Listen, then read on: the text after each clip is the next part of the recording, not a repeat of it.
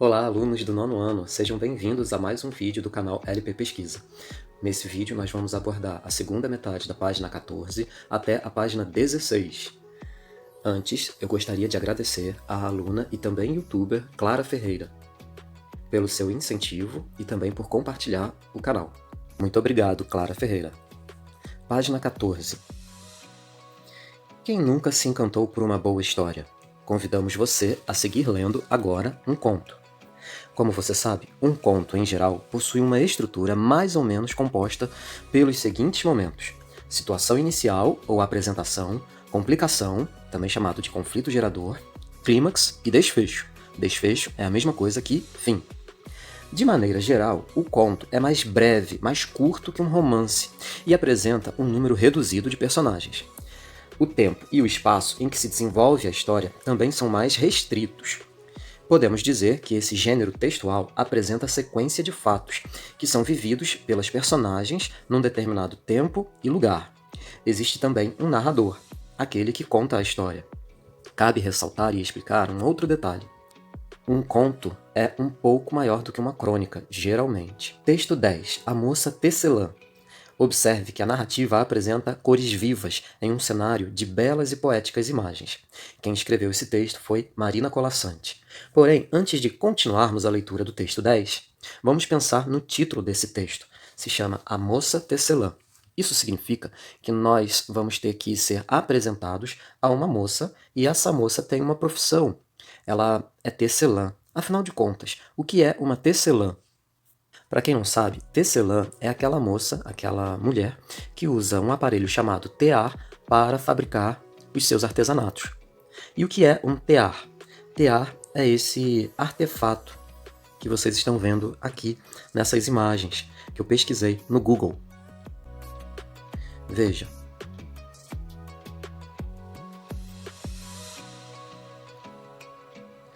Viu quantos teares? Vamos voltar ao texto agora.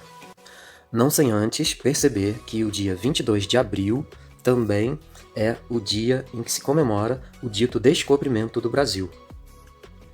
E 22 de abril também é o dia da Terra. Vamos ao texto. Acordava ainda no escuro, como se ouvisse o sol chegando atrás das beiradas da noite. E logo sentava-se ao tear. Linha clara para começar o dia. Delicado traço cor da luz que ela ia passando entre os fios estendidos, enquanto lá fora a claridade da manhã desenhava o horizonte. Depois, lãs mais vivas, quentes lãs iam tecendo hora a hora em longo tapete que nunca acabava. Se era forte demais o sol e no jardim pendiam as pétalas, a moça colocava na lançadeira grossos fios cinzentos do algodão mais felpudo. Em breve, na penumbra trazida pelas nuvens, escolhia um fio de prata, que em pontos longos rebordava sobre o tecido. Leve, a chuva vinha cumprimentá-la à janela. Mas se durante muitos dias o vento e o frio brigavam com as folhas e espantavam os pássaros, bastava a moça tecer com seus belos fios dourados para que o sol voltasse a acalmar a natureza. Assim, jogando a lançadeira de um lado para o outro e batendo os grandes pentes do tear para frente e para trás, a moça passava os seus dias. Nada lhe faltava. Na hora da fome, tecia um lindo peixe, com cuidado de escamas. E eis que o peixe estava na mesa, pronto para ser comido. Se sede vinha, suave era a lã cor de leite que entremeava o tapete. E à noite, depois de lançar seu fio de escuridão, dormia tranquila. Tecer era tudo o que fazia. Tecer era tudo o que queria fazer. Mas, tecendo e tecendo, ela própria trouxe o tempo em que se sentiu sozinha, e pela primeira vez pensou em como seria bom ter um marido ao lado. Perceba que do primeiro parágrafo até tecer era tudo o que queria fazer, nós temos a situação inicial, mais de um parágrafo para ambientar o leitor na situação inicial desse texto. Isso quer dizer que o conflito gerador começou aqui, neste parágrafo, com esta palavra, a palavra mais, que geralmente indica, nessas situações, o início do conflito gerador. Conflito gerador geralmente é a segunda parte de uma história. É aquela parte da história que vai acabar com a tranquilidade da situação inicial. Não esperou o dia seguinte. Com capricho de quem tenta uma coisa nunca conhecida, começou a entremear no tapete as lãs e as cores que lhe dariam companhia. E aos poucos seu desejo foi aparecendo: chapéu emplumado, rosto barbado, corpo aprumado, sapato engraxado. Estava justamente acabando de entremear o último fio do ponto dos sapatos quando bateram a porta. Quem será que vai bater a porta agora? Antes de irmos para a próxima página, vamos ver o que diz esse número 1 aqui. Olha, veja. Metaforicamente, podemos dizer que nesse trecho há um certo sentimento de afeto ou carinho. Ele se refere a esse trecho aqui, que diz que leve a chuva vinha cumprimentar a moça à janela, na janela. Existe, sim, um certo sentimento de afeto ou carinho? Sim, existe. Afinal de contas, quando cumprimentamos alguém, estamos demonstrando um sentimento de afeto, um sentimento de carinho. Número 2. A quem se refere a palavra destacada? A palavra destacada é esta aqui, a palavra tranquila. Ou seja, quem é que dormia tranquila? Resposta: a moça tecelã. Página 15. Continuação da leitura do texto. Nem precisou abrir a porta. O moço meteu a mão na maçaneta, tirou o chapéu de pluma e foi entrando em sua vida. Aquela noite, deitada no ombro dele, a moça pensou nos lindos filhos que teceria para aumentar ainda mais a sua felicidade. E feliz foi, durante algum tempo. Mas se o homem tinha pensado em filhos, logo os esqueceu, porque tinha descoberto o poder do tear. Em nada mais pensou a não ser nas coisas todas que ele poderia lhe dar. Uma casa melhor é necessária, disse para a mulher.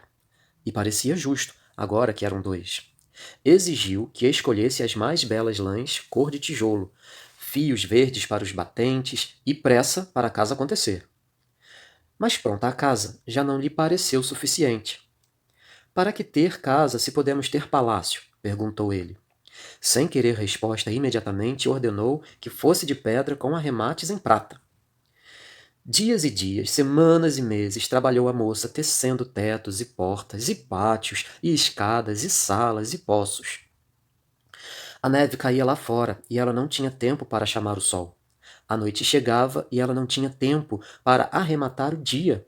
Tecia e entristecia, enquanto sem parar batiam os pentes acompanhando o ritmo da lançadeira. Afinal, o palácio ficou pronto. E entre tantos cômodos, o marido escolheu para ela e seu tear o mais alto quarto da mais alta torre. É para que ninguém saiba do tapete, ele disse. E antes de trancar a porta à chave, advertiu: faltam as estrebarias, e não se esqueça dos cavalos. Sem descanso tecia a mulher os caprichos do marido, enchendo o palácio de luxos, os cofres de moedas, as salas de criados. Tecer era tudo o que fazia. Tecer era tudo o que queria fazer. E tecendo, ela própria trouxe o tempo em que sua tristeza lhe pareceu maior que o palácio com todos os seus tesouros. E pela primeira vez pensou em como seria bom estar sozinha de novo. Só esperou anoitecer. Levantou-se enquanto o marido dormia, sonhando com novas exigências. E descalça, para não fazer barulho, subiu a longa escada da torre, sentou-se ao tear. Desta vez, não precisou escolher linha nenhuma. Segurou a lançadeira ao contrário e, jogando-a veloz de um lado para o outro, começou a desfazer seu tecido. Desteceu os cavalos, as carruagens, as estrebarias, os jardins. Depois, desteceu os criados e o palácio e todas as maravilhas que continha. E novamente se viu na sua casa pequena e sorriu para o seu jardim além da janela. A noite acabava quando o marido, estranhando a cama dura, acordou e, espantado, olhou em volta. Não teve tempo de se levantar. Ela já desfazia o desenho escuro dos sapatos e ele viu seus pés desaparecendo, sumindo as pernas. Rápido, o nada subiu-lhe pelo corpo. Tomou o peito aprumado, o emplumado chapéu. Então, como se ouvisse a chegada do sol, a moça escolheu uma linha clara e foi passando-a devagar entre os fios, delicado traço de luz que a manhã repetiu na linha do horizonte. Glossário. Tecer é entrelaçar, tramar os fios. Tear é aquele aparelho de entrelaço dos fios, e lançadeira é uma peça do tear. Antes de responder às próximas perguntas, faça uma leitura expressiva do texto. Que tal ler em voz alta? Preste bastante atenção aos sinais de pontuação e planeje que emoção quer transmitir em cada fala. Se houver palavras que você não conheça, use o dicionário e pronuncie lentamente a palavra, para se acostumar com os sons. Que tal gravar a sua leitura? Você pode presentear pessoas queridas com a sua leitura. É uma boa ideia. Número 3. Qual é o elemento mágico da história? Resposta: o elemento mágico da história é o poder que a moça tinha de criar e também de descriar, de desfazer elementos com o seu tear. Número 4. Você percebeu que no texto há bastante uso da linguagem figurada? Linguagem figurada é o contrário da linguagem denotativa, porque afinal de contas, veja, a claridade da manhã desenhava o horizonte. Na verdade, de acordo com a linguagem denotativa, o ser humano é que tem a possibilidade de desenhar coisas. Então, quando alguém diz que a claridade, a luz da manhã desenha algo, então nós estamos no âmbito da linguagem figurada, porque o sol não presenteia ninguém. Quem presenteia alguém é um ser humano. O sol não presenteia ninguém. O sol não cumprimenta ninguém. Quem cumprimenta alguém é um ser humano. Então, todos esses exemplos pertencem à linguagem figurada. A que se refere o trecho destacado em linha clara para começar o dia, delicado traço cor da luz, que ela ia passando entre os fios estendidos, enquanto lá fora a claridade da manhã desenhava o horizonte? Resposta: esse trecho destacado se refere ao fato de que os primeiros raios do sol começavam a iluminar o ambiente. Número 5. Como é o narrador do conto? Ou seja, a apostila deseja saber se esse narrador é personagem ou se esse narrador é observador. Você deve ter percebido que esse narrador não é um dos personagens. Portanto, esse narrador é um narrador observador, que também é conhecido como narrador em terceira pessoa. Página 16, número 6. Preencha o quadro identificando a organização do texto. Você pode indicar os parágrafos ou contar com suas próprias palavras. Situação inicial. Representa a apresentação, o início da história. É o momento inicial, o momento de equilíbrio. Apresenta-se o tempo e o espaço da narrativa, além de apresentar os personagens. A complicação é o conflito gerador. O equilíbrio inicial se rompe e se desenrola o conflito. O clímax é o momento de maior tensão da história. E o desfecho é a solução do conflito. A volta ao equilíbrio é o final da história. Eu já te falei que a situação inicial começa ali no primeiro parágrafo e vai até aqui, neste parágrafo. Tecer era tudo o que fazia. Tecer era tudo o que queria fazer.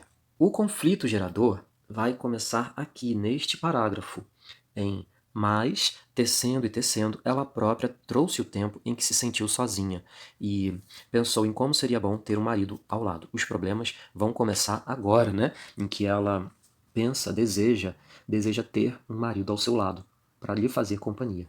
E esse conflito gerador continua até aqui, em e tecendo, ela própria trouxe o tempo em que sua tristeza lhe pareceu maior que o palácio com todos os seus tesouros. E o clímax começa na sequência, começa bem aqui. E pela primeira vez pensou em como seria bom estar sozinha de novo. E dali em diante representa o desfecho, o fim da história, até que a tranquilidade, a harmonia e o equilíbrio da história e dos personagens volta a acontecer, volta ao normal. Número 7. O que os termos destacados nos trechos a seguir indicam sobre o marido da tecelã? Exigiu e pressa. Sem querer resposta, imediatamente ordenou. Ou seja, o que essas palavras destacadas indicam sobre o homem, o marido da tecelã? Resposta. Esses termos destacados e essas expressões destacadas indicam que ele era agressivo, que ele era desrespeitoso, que ele era uma pessoa que não merecia estar ao lado daquela moça, porque ele havia se tornado uma pessoa ambiciosa, muito ambiciosa. Número 8. Quando o marido chegou, a tecelã foi feliz por algum tempo. O que ocasionou a mudança no marido? Resposta. O que ocasionou a mudança no marido foi a ambição. Número 9. Infira, a partir das pistas do texto, características da tecelã. Resposta. Podemos inferir que a tecelã era uma moça feliz, tranquila, calma, boa, gentil, sonhadora. Por fim, o número 10. Qual é a finalidade do texto? A resposta é contar uma história, simplesmente contar uma história. Mas perceba que a palavra simplesmente é escrita desta forma e não desta forma. Na sequência, teremos a leitura do texto 11, que vai ficar para o próximo vídeo. Espero que eu tenha ajudado e nos vemos no próximo vídeo. Um abraço e se cuidem!